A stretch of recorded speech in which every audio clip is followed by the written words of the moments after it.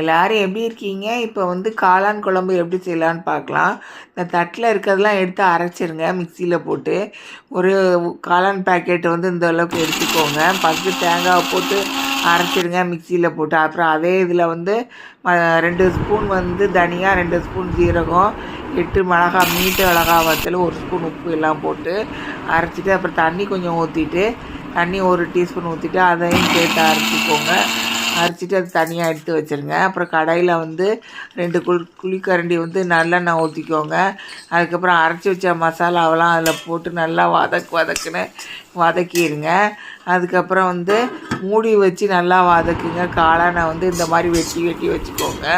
இந்த அளவுக்கு வந்து பதம் வரணும். அந்த மசாலா வதக்கிறது வந்து இந்தளவுக்கு பதம் வரணும். வந்தோடனே அதுக்கப்புறம் வந்து அந்த காளான் வெட்டி வச்சதை எடுத்து அதில் போட்டுருங்க.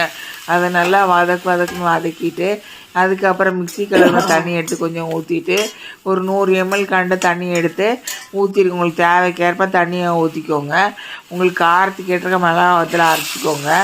அது நேரம் ஆச்சு சமையல் தமிழ். இது சப்ஸ்கிரைப் பண்ணுங்கள். நன்றி. இந்த மாதிரி சமைச்சு குழந்தைங்களுக்கு கொடுங்க. பெரியவங்களும் உடம்பு நல்லா இருந்தால் சாப்பிடுங்க. நன்றி.